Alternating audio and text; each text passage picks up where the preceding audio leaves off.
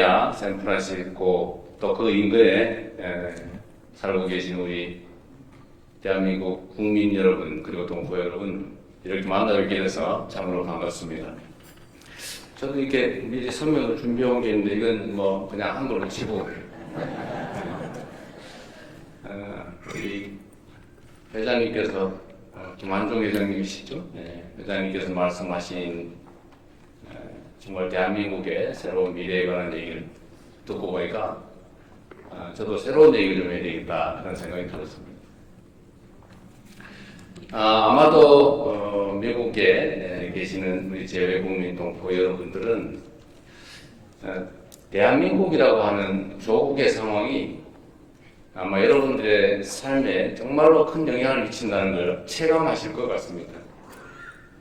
대한민국의 상황이 존중받을 만한 상황일 때는 여러분도 존중받았을 것이고, 대한민국의 상황이 어지러울 때는 아마 여러분들도 많은 어려움을 겪으셨을 겁니다.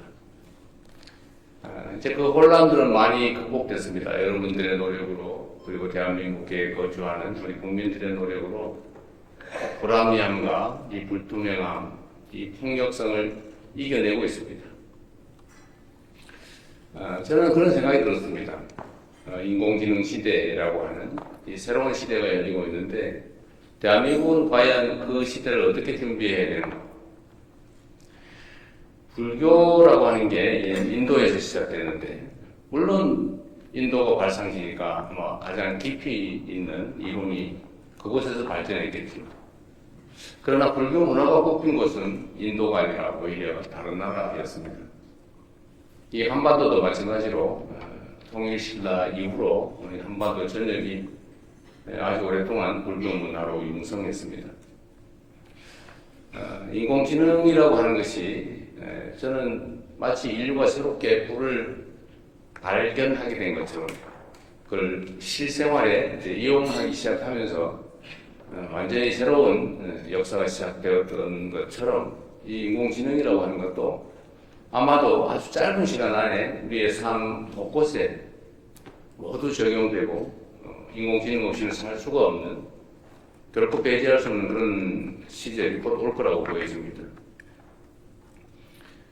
우리 대한민국 국민들은 여러 가지 장점들이 있습니다. 제가 어제 서밋에서 말씀드렸던 것처럼 우리 대한민국 국민들은 어려움 속에서도 새로운 길을 찾아서 또 새로운 도구를 아주 유용하게 잘 활용하는 그런 특장점을 가지고 있습니다. 식민지에서 해방된 나라 중에 민주화 그리고 산업화를 동시에 이루어낸 국가, 선진국으로 도약한 나라는 대한민국이 역사적으로 또 현실적으로 유일합니다. 위대한 국민들이죠. 평균 90% 이상 성공한다고 하는 친위 군사 쿠데타도 우리가 무력이나 출혈 없이 평화적으로 아주 아름답게 싸워서 이겨내지 않습니까? 아마 세계사에 없을 위대한 평화혁명입니다. 그리고 어쩌면 이 민주주의라고 하는 것이 과거에는 모르겠는데 현대와 같은 아주 합리적인 첨단 산업사업에 첨단 기술사업에서는 민주주의 자체가 그 산업 경제 발전에 매우 핵심적인 요소가 된다고 저는 생각합니다. 전 세계적인 아주 미세한 그리고 치밀한 경쟁이 이루어지는 이 상황에서는 합리성, 객관성, 투명성, 예측 가능성 이런 것들이 이 경제 성장 발전, 기술 발전에 크게 도움이 될 수밖에 없습니다. 불투명하고 폭력적이고 어지럽고 예측 가능하지 않고 이런 사회에서는 기술 문명이라고 하는 게 자리를 잡기 어렵죠. 그래서 저는 대한민국에 정말 진정한 새로운 기회가 왔다 이렇게 생각합니다. 우리 다음 세대가 살아갈 우리 대한민국은 이제 과거에 김구 선생이 말씀하셨던 것처럼 문화로 전 세계에 영향을 끼치는 문화 강국으로 도약하고 있습니다. 이 문화라고 하는 것도 어찌 보면 민주주의와 아주 잘 어울립니다. 문화는 자유로운 것 자체죠. 개인의 창의성과 개성 그리고 자유로움 이게 문화의 근본일 텐데 이게 곧 민주주의 아닐까 그렇게 생각이 됩니다. 산업 경제적 측면에서 이제 인공지능이라고 하는 것이 실생활과 기업 또 산업 경제 현장에 현실 세계 속에 아주 철저하게 영향을 미치고 또 이게 중심이 되는 사회가 될 텐데 이걸 국가적 단위에서 미리 준비해야 된다라는 게 저의 생각입니다. 그리고 놀랍게도 1년 정도밖에 되지 않았지만 우리가 대한민국의 나아갈 방향을 첨단 기술과 또 인공지능 분야에 집중하기로 한 것이 아주 짧은 시간이긴 하지만 크게 영향을 미쳐서 전 세계가 대한민국을 이제 관심을 가지고 지켜보게 됐습니다. 어제 상황을 직접 보신 분도 꽤 계실 것인데 저 자신도 가끔씩은 이렇게 놀랄 정도입니다. 물론 저희의 기대치도 있죠. 그러나 언제나 우리의 기대치를 넘어서 반응이 있습니다. 대한민국에 대한 기대가 참으로 크다라는 생각을 어제도 또 하게 되었습니다. 우리가 예상하고 기대했던 것보다 훨씬 그 이상이었던 것이죠. 저는 대한민국을 대체 불가한 나라로 만드는 것이 목표입니다. 대한민국은 인구나 영토가 적고 또 주변의 지정학적인 어려움 때문에 다른 나라들과 비교하기 어려울 만큼 객관적 상황, 객관적 조건은 그렇게 좋지 않습니다. 그러나 우리가 하나의 갈 길이 있죠. 대한민국 없이는 아무것도 할 수 없다라고 판단할 만큼 핵심 요소가 되는 것입니다. 기술적인 측면에서도 인공지능이라고 하는 새로운 산업 영역에서도 또 문화에서도 어쩌면 민주주의라고 하는 정치 제도에 있어서도 대한민국은 언제나 모범이 되고 대한민국을 따라가면 될 그런 전범이 될 수 있을 것입니다. 대한민국이 없이는 인공지능도 산업발전도 가능하지 않다. 그리고 그런 영역들을 최대한 많이 만들어내는 거죠. 지금은 반도체 정도지만 앞으로는 피지컬 AI 그리고 또 새로운 산업 영역들이 수없이 생겨날 것입니다. 그 새로운 사회에 대한민국은 빠져서는 안 돼. 대한민국이 빠지면 진전할 수 없는 그런 상황을 만들어 나갑니다. 우리가 지금까지는 다른 나라 아니면 기존의 사례들을 배워서 추격해서 따라가는 그런 작전을 했다면 지금부터는 다른 나라보다 반발짝 앞서서 선도자가 되는 그런 대한민국을 꼭 만들어 보고 싶습니다. 그리고 실제로 가능한 상황이 됐습니다. 여러분도 대한민국이라고 하는 또는 여러분이 대한민국 국민이라는 사실들에 대해서 외부적 평가가 바뀌고 있는 걸 느끼지 않습니까? 잘 동의가 안 되세요? 실제로 느끼실 겁니다. 그런 얘기를 가끔 제가 정상회담을 하면 듣는 얘기가 몇 가지 있어요. 첫 번째는 선진국들 같은 경우는 자기들 나라에 반도체 공장을 하나만 세우자. 이게 제일 요청이 많아요. 그러나 그 다음 예를 들면 소위 중진국이라고 할까 아니면 웬만한 국가들은 대개 그런 얘기를 합니다. 방어 미사일 시스템, 방공망을 좀 빨리 우리 먼저 줄 수 없겠냐. 요즘은 이제 국제 분쟁이 심해지니까 그 수요가 엄청나게 강화됐고 또 대한민국 방공망이든 이런 무기 체계들이 매우 효율적이고 매우 싸다는 즉 가성비가 높다는 사실이 다 알려지면서 요구가 매우 많아지고 있어요. 근데 문제는 이게 생산 역량에 한계가 있으니까 순서가 있지 않습니까? 이 순서를 좀 빨리 해줄 수 없냐 이런 부탁을 합니다.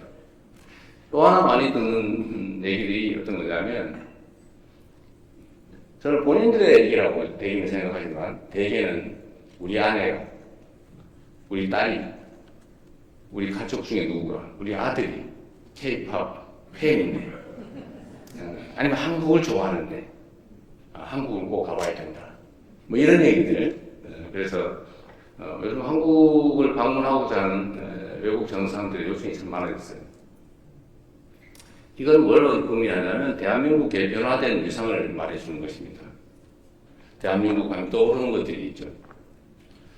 과거에는 전쟁 속에서 그 부모를 잃은 어린 아이들이 막 길을 헤매는 그런 장면이 떠올랐죠. 흑백 사진 속에서.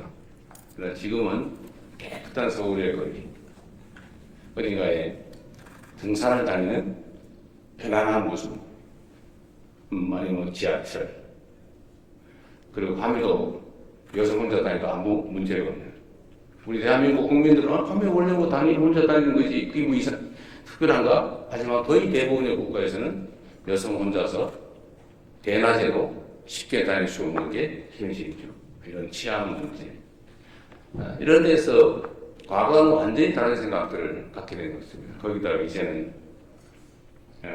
무슨 반도체 공장들 2개가 중요한데 이 2개 공장이 있으면 전 세계의 산업이 돌아가지 않는 그런 상황입니다. 그것들을 이제 대한민국에 대한 인상을 완전히 바꿨죠. 그래서 저는 새롭게 시작할 수 있고 또 해야 된다라고 생각합니다. 아마도 여러분들께서도 요즘은 한 1년 전쯤보다는 상당히 조금을 생각하면 걱정되기보다는 기대가 되지 않습니까? 네. 다행입니다.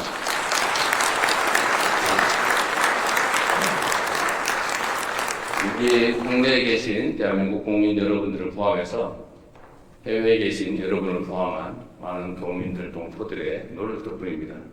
저절로 좋은 시절이 오진 않죠. 모두가 일상적으로 노력하는 덕분입니다. 대통령으로서 이렇게 교민 간담회를 하면 이렇게 저에 대해서 어떤 기대를 가지고 있는 게 실제로 느껴집니다. 조금 전에도 보니까 제가 10몇 년 전에 미국 가서 함께 사진 찍었다고 누가 보여주시던데 제가 가끔씩 이제 해외 출장을 가면 그분들이 하시는 말씀들이 되게 비슷합니다. 조국이 자랑스러워지면 좋겠다.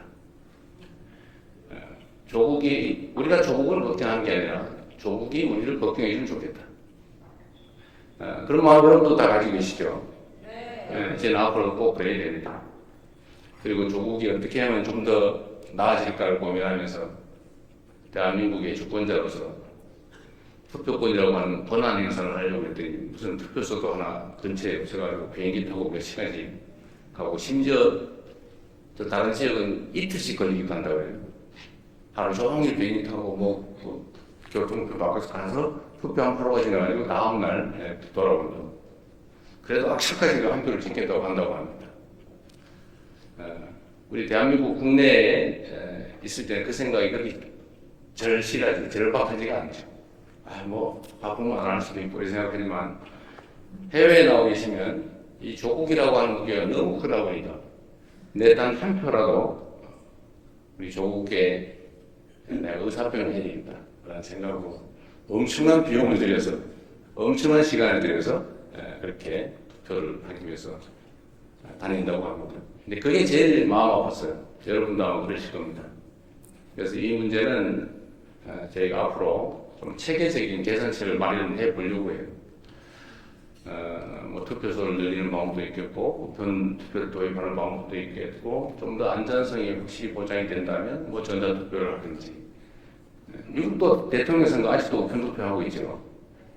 그런데 왜 우편 투표를 도입하지 못하느냐 그랬더니 이런 얘기를 했습니다.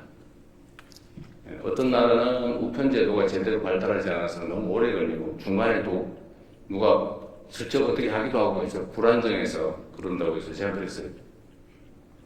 A 지역의 투표가 잘 안 된다고 충분히 미국 같은 경우는 투표할 수 있는데 왜 A 지역이 안 된다고 미국까지 그렇게 똑같이 그 기회를 박탈할 필요가 있냐. 누군가가 못해서 거기를 개선할 생각을 해야지 다른 사람들이 못하고 생각하는 시들도 하지 마 라고 하는 게 옳으냐 제가 이렇게 얘기하고 있습니다. 그렇지 않습니까?